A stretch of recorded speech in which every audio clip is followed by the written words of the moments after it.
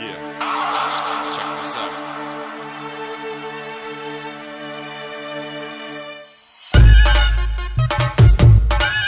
Drop it.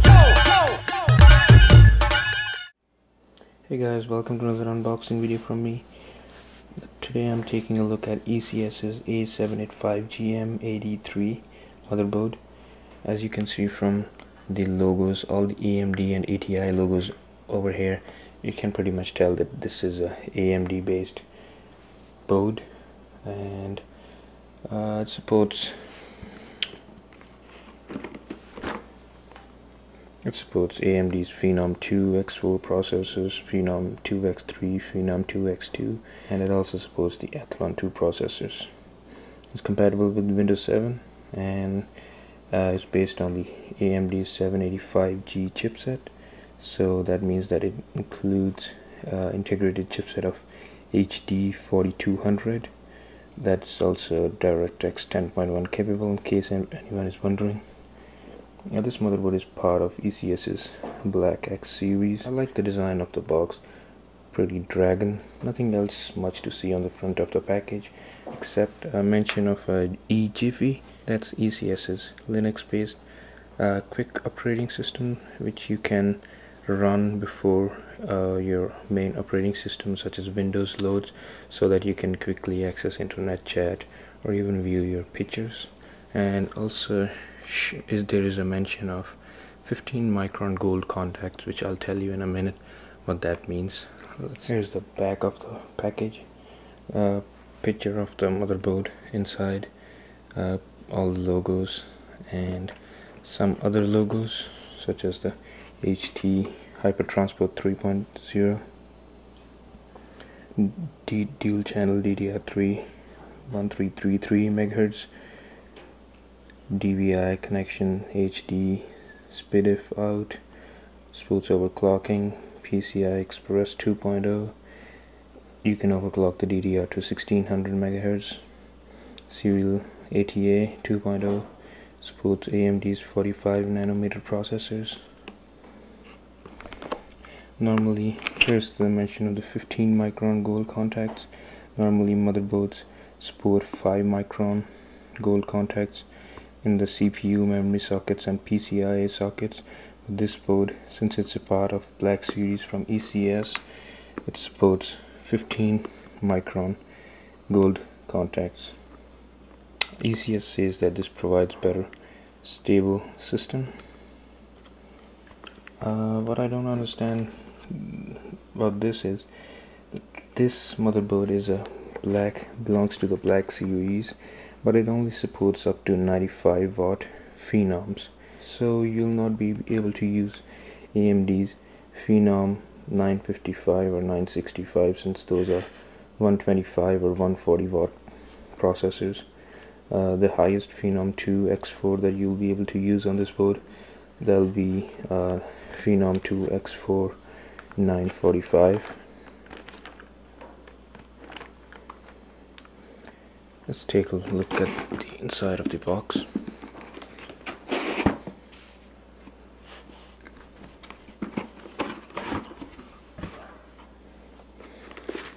Here's the motherboard manual. Again, I like the design over here.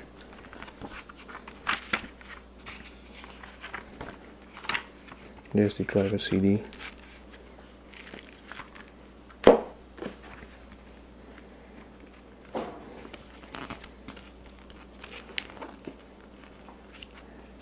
Here's our hardware installation guide.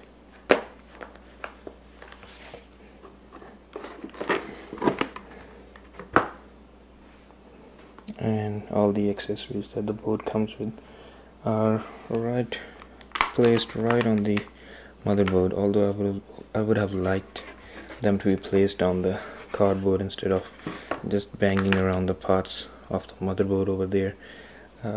Just make me feel better that I'm not receiving a DOA board. The motherboard is wrapped in anti-static bag, as it should. I'm gonna take the board out of the bag now.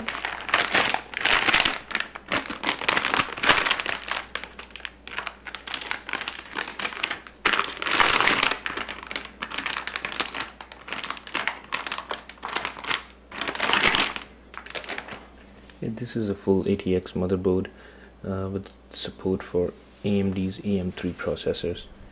It has 3 PCI slots marked with black, 1 PCI Express slot, that is the PCIe 2.0, so that's the second generation of PCIe, and 2 PCIe 1X slots. It uses the SB710 South Bridge and uses the 785G chipset. I like the heatsink on the chipset. I like the styling, the Black Series, and as ECS put on the box regarding the 15 micron gold contacts, you see stickers on here too, reminding the user again that the contacts in these memory sticks and the CPU socket are indeed 15 micron. ECS has the benefits of 15 micron listed on these stickers, with long lifespan, better reliability, excellent contact. Moving on to the board itself, I like the styling on the board. The black PCB, I know a lot of enthusiasts like their motherboards with black PCBs. So guys, if you want a black PCB motherboard, this one is a contender for you. I think most of the people using this motherboard would be using it for HTPC purposes, because it uses an integrated chipset, so which can decode Blu-ray and provide 8-channel HD audio. Here's the back panel that I'll show you in a minute. Let's take a look at the back plate, back of the board. Black again looks good. A black back plate for the CPU socket. Here's the AM3 socket.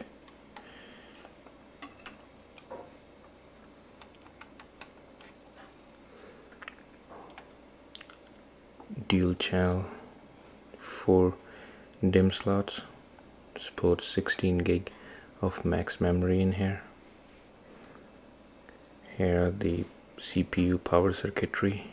Notice that this doesn't have a heatsink on, so that's probably the reason why this board only supports up to 95 watts processors. Here's the 4-pin power connector for the CPU and the 24-pin power supply ATX power connector. The IDE port, so it still supports your old hard drives. Here are 5 SATA 2 ports, although I expect 2 of them to be blocked with a full-length video card placed in the PCIe socket. Here's the back port, providing 8-channel audio, a gigabit LAN, 7 USB ports, DVI and VGA outputs, support for PS2 mouse and keyboard. Another nice feature for this board is the inclusion of a CMOS button over here, CMOS clear button over here, so in case your overclock goes wrong, you don't need to short the jumper. You don't need to short the jumper on here. You can just press the CMOS buttons. And there are also reset and power buttons included on the board, so in case you're just testing the motherboard like me, you don't need to short the pins on here. Every time you want to start the board, you can just press the buttons, restart and power buttons on here.